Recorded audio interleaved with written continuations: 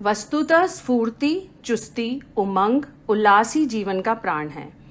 किसी में जब तक यह विद्यमान है, भले ही आयु की दृष्टि से कितना बड़ा क्यों ना हो, वह चिर युवा है। उदासी, निरुत्साहिता, नैराश्य का नाम बुढ़ापा है। पंडित श्री राम शर्मा आचार्य। पुस्तक का नाम स्फूर्ति और मस्ती से भरा बुढ़ापा। मनुष्य की प्राकृतिक आयु 100 वर्ष की है। जीवेत शरदः शतम्, पश्चयेत शरदः शतम्। यदि हमारी आयु 100 वर्ष है और आज अनेकों कॉस्मेटिक वस्तुएं उपलब्ध हैं और विज्ञान ने चिकित्सा क्षेत्र में अनेक शोध भी कर ली है, तब क्या कारण है कि हमें असमय बुढ़ापा आ धमकता है? इसका सबसे बड़ा कारण है असंयम तथा प्राकृतिक नियमों की अवहेलना। तो असमय बुढ़ापे से निजात पाने के लिए क्या किया जाए?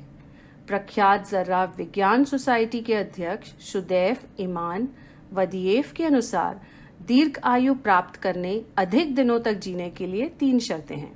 पहली शर्त, व्यक्ति को कोई ना कोई रचनात्मक कार्य करना चाहिए और अपने आप को व्यस्त रखते हुए हर परिस्थिति का प्रसन्नतापूर्वक सामना करने के लिए तत्पर रहना चाहिए। दूसरी शर्त, दिनचर्या नियमित हो और प्राकृतिक जीवन जिया जाए। तीसरी और अनिवार्य शर्त, खान पान नपातुला, सात्विक और संतुलित हो। यौवन के बाद आने वाले बुढ़ापे को आजकल समाज में अभिशाप जैसा ही माना जाता है। युवावस्था में जिह्वा और जनेंद्रियों के असंयम से शरीर बल और ओजस, तेजस और वर्चस तेजी से नष्ट हो जाते हैं। अचिंत्य चिंतन, स्मरण शक्ति का क्रमशः कम होना, असंयमित जीवनचर्या, बिगड़े खान पान, दूषित पर्यावरण, नशे की आदत आदि से शीघ्र बुढ़ापा आने लगता है।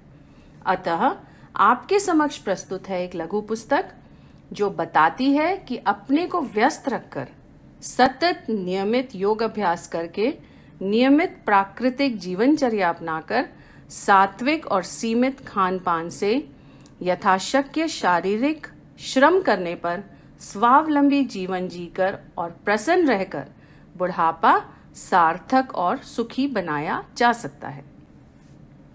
पुस्तक के कुछ अंश प्रौढ़ता को दृढ़ता और परिपक्वता का पर्याय माना जाता है, जो परमात्मा पर अधिक विश्वास दिलाती और उसके आशीर्वाद एवं सहायता उपलब्ध करवाती है। काल चक्र से शरीर जरा जीर्ण होता है, पर मन और आत्मा की कोई आयु नहीं रहती। उसे वृद्ध अवस्था में भी सरल, उत्साही, कर्मठ और सक्रिय बनाए रखा जा सकता है तथा देश, समाज और संस्कृति के पुनरुत्थान में स्मरणीय योगदान किया जा सकता है। बुढ़ापे में अपने दीर्घकालीन अनुभवों का लाभ स्वयं तो उठाया ही जाता है, अन्यान्यों को आगे बढ़ाने, ऊंचा उठाने में भी उसका भरपूर उपयोग कर सकते हैं। वृद्धावस्था में आत्म उत्कर्ष के लिए, अगले जन्म के लिए पुण्य की विशेष पूंजी संचय की जा सकती है। बुढ़ापा निरानंद होता है, यह मानना गलत है। परिपक्व ज्ञान और अनुभव किसी से कम मूल्यवान नहीं।